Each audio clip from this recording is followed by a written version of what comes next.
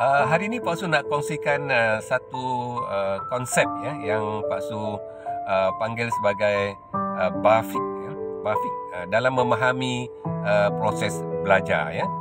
Jadi bila kita belajar, sebenarnya ada proses-proses yang berlaku ya.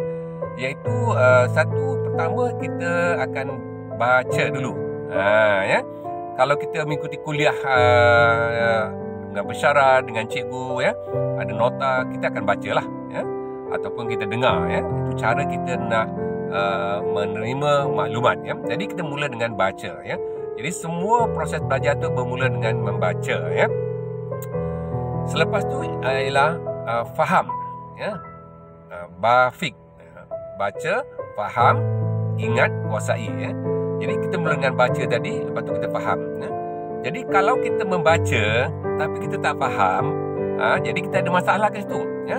Jadi kita ada masalah dalam proses belajar. Jadi apabila kita membaca, kita kena faham ya. Macam mana cara nak faham, nanti Pak Su akan bincang dalam siri yang lain lah. Baik, setelah kita faham, kita nak ingat. I itu ingat ya. Baca, faham, ingat. Jadi bila kita dah faham, kita nak kena ingat ya. So bila kita mendengar kuliah, kita dengar pengajaran daripada cikgu panjangnya, kadang-kadang kita faham ya. Lepas tu balik rumah kita lupa. Jadi kita mesti ada cara-cara tertentu ya, yang bagus, yang baik, yang efektif untuk kita ingat apa yang cikgu ajar, apa yang pensyarah ajar ya. Baca, faham, ingat. Baik. Kalau katakan kita dah ingat, kita ingat dah maklumat, fakta, gambar ajar ya, kita dah ingat ya. Ada satu lagi proses belajar dipanggil kuasai. Kita hendaklah menguasai tajuk itu ya. Dari berbagai-bagai aspek, dari berbagai-bagai sudut ya. Maknanya kalau ada soalan-soalan peperiksaan tanya tentang tajuk itu, kita boleh menguasainya.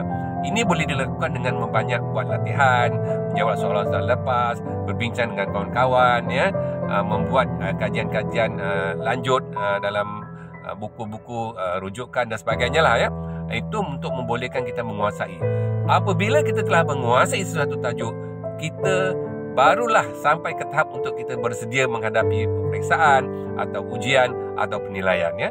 Jadi ingat balik ya, proses belajar itu ialah BAFIK. Baca, faham, ingat, kuasai. Baca, faham, ingat, kuasai. Pastikan anda belajar sampai ke tahap penguasaan. Jumpa lagi. Terima kasih.